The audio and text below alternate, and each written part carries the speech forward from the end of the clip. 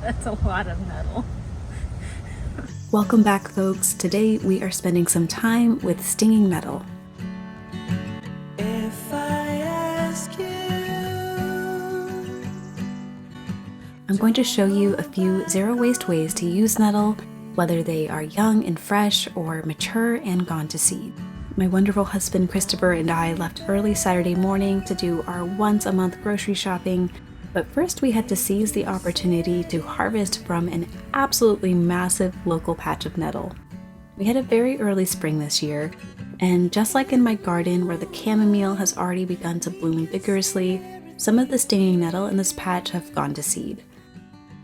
Stinging nettle is a wonderfully nutritious plant that is a popular springtime forage food, but the timing of your harvest is important, as plants that have matured and gone to seed are higher in oxalates, a common chemical compound found in dark leafy greens like spinach and Swiss chard, and some people are more susceptible to forming kidney stones when eating high oxalate foods.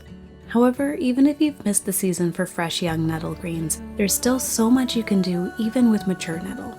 I've brought 2 old apple picking baskets and will be collecting the younger nettle tops that I can find, and in the second basket, the nettle that has gone to seed. Today, I'll be sharing with you a few things that you can do with both. And remember, if you're planning to harvest stinging nettles, you do best to wear full coverage clothes and bring a pair of gloves.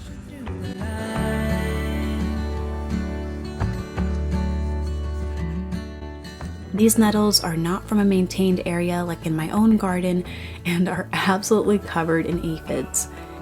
Normally I wouldn't bother washing my herbs, but I'm making an exception so I can get as many aphids off the bottom side of the leaves as possible. If you do plan to wash nettles, just be sure to be gentle with the leaves so that they don't bruise or prematurely wilt.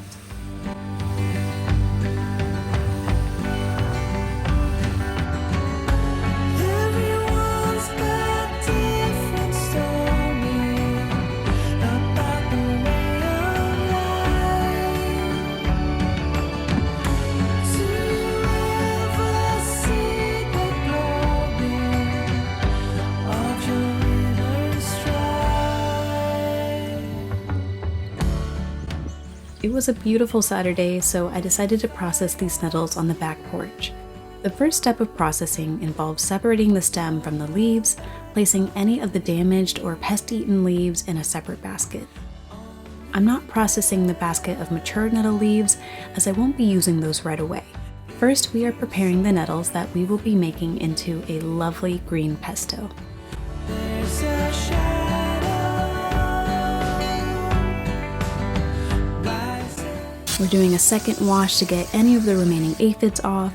You can repeat this process until you're confident your nettles are clean enough for cooking. I can stand up tall.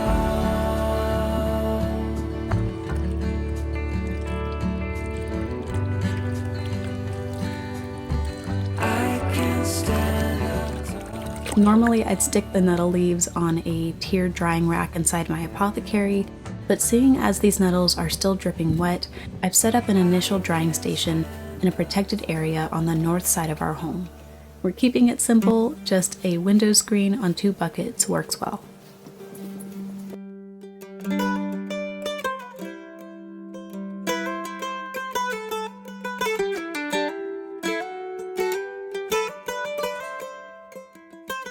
Once the leaves aren't sopping wet, we'll bring them inside and place whatever we don't use for pesto or fresh tinctures on the drying rack for teas or smoothies this winter.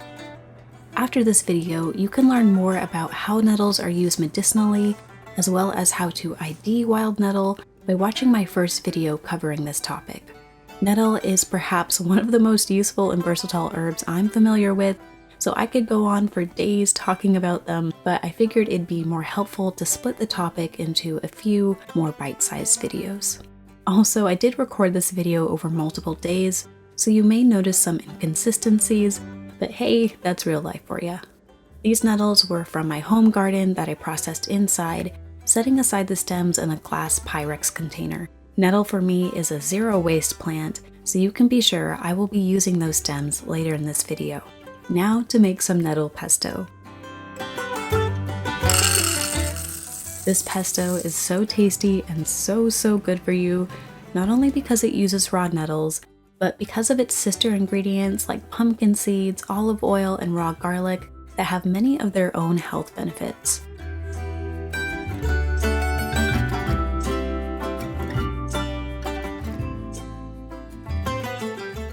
Raw garlic, when crushed or chopped, produces a chemical called allicin, which has strong antifungal, antimicrobial, and antioxidant effects.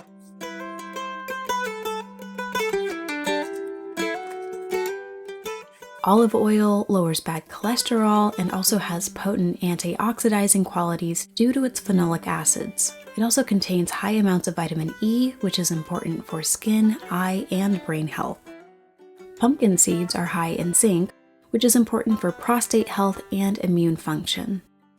100 grams of raw nettle can provide 100% of your daily value of vitamin A and 50% of your daily value of calcium. Nettles are also high in iron and magnesium, also great for bone health, and that's really just scratching the surface of all of the nutritional benefits that you can get out of this plant, so I definitely encourage you to check out my first video.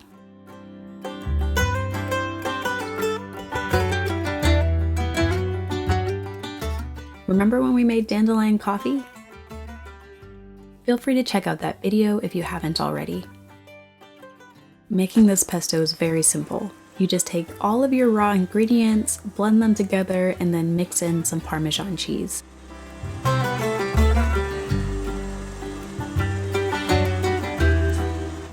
This pesto is so tasty, and I love that this recipe uses pumpkin seeds, as these are easier to source myself versus pine nuts or cashews.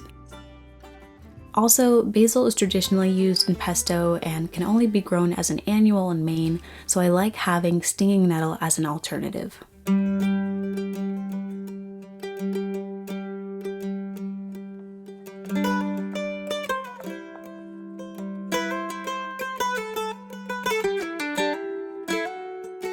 So there's a few ways that you can store your nettle pesto. I like to store this in my fridge in a shallow container for dipping breads and crackers. The rest I will be freezing into silicone cube trays for portioning out for other recipes like stir fries or thawing to use as a spread. Now, what to do with those nettle scraps? This can be your stems left over from processing or those nettles that have matured and gone to seed.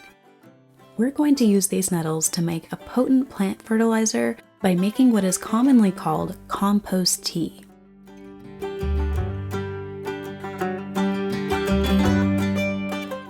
A compost tea is a liquid plant fertilizer that you can make at home. At its simplest, it's a bucket of weeds chopped up and submerged in water for anywhere between 24 hours to weeks or even months before use. You can make this with or without a bubbler, but I prefer aerated compost tea as it doesn't produce that swampy smell and is less likely to contain harmful bacteria. Stinging nettle and dandelion make great weeds for compost tea, as they're both high in minerals important for plant health and produce a nitrogen-rich tea.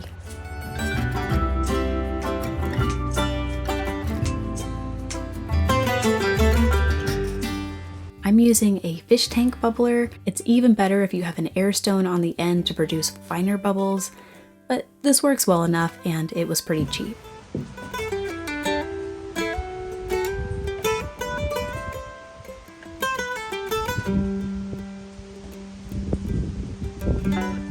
I let this nettle and dandelion tea process for about a week. I've also added into this particular bucket some of the dried herbs left over from last growing season that I didn't get a chance to use in my tea. Now that I have fresh herbs again, I'm just gonna throw this into the bucket. In warm weather, it breaks down pretty quickly, and I usually judge that it's ready when the mix feels more like a sludge and less fibrous when you stir it. You can also add a handful of quality compost to introduce more beneficial microbes to help break your tea down faster. I'm using the same window screen from before to filter the plant material from the tea.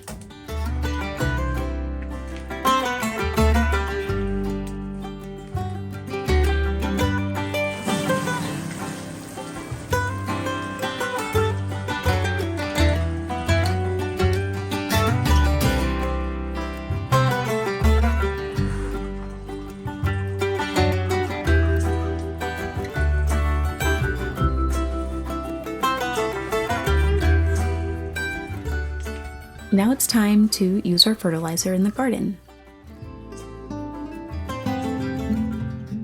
My heavy clay soils are very low in available nitrogen, and so right now I use this fertilizer on a 1-to-1 ratio with fresh water. Normally it's recommended you do a 1-to-10 ratio, with the higher ratio being the fresh water.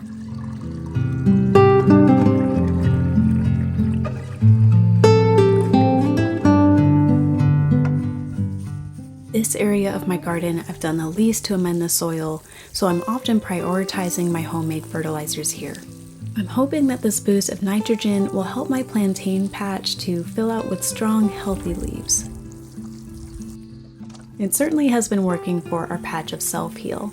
This is the most lovely, healthy, and pest-free I've ever seen the leaves. Fun fact, you can use this compost tea as a foliar spray to protect your plant from fungal diseases. But we're not done with just using the Nettle compost tea. We can still do something with the plant matter waste as well.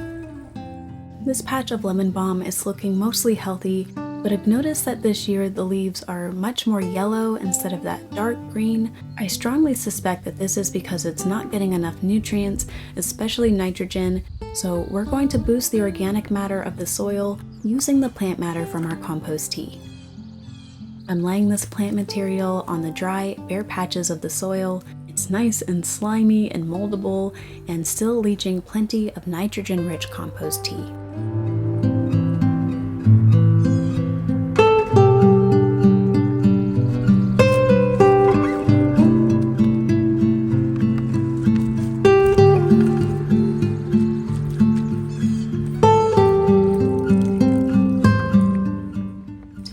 I'm using some fresh water to clean off the leaves and to help the remaining leachate penetrate deeper into the soil.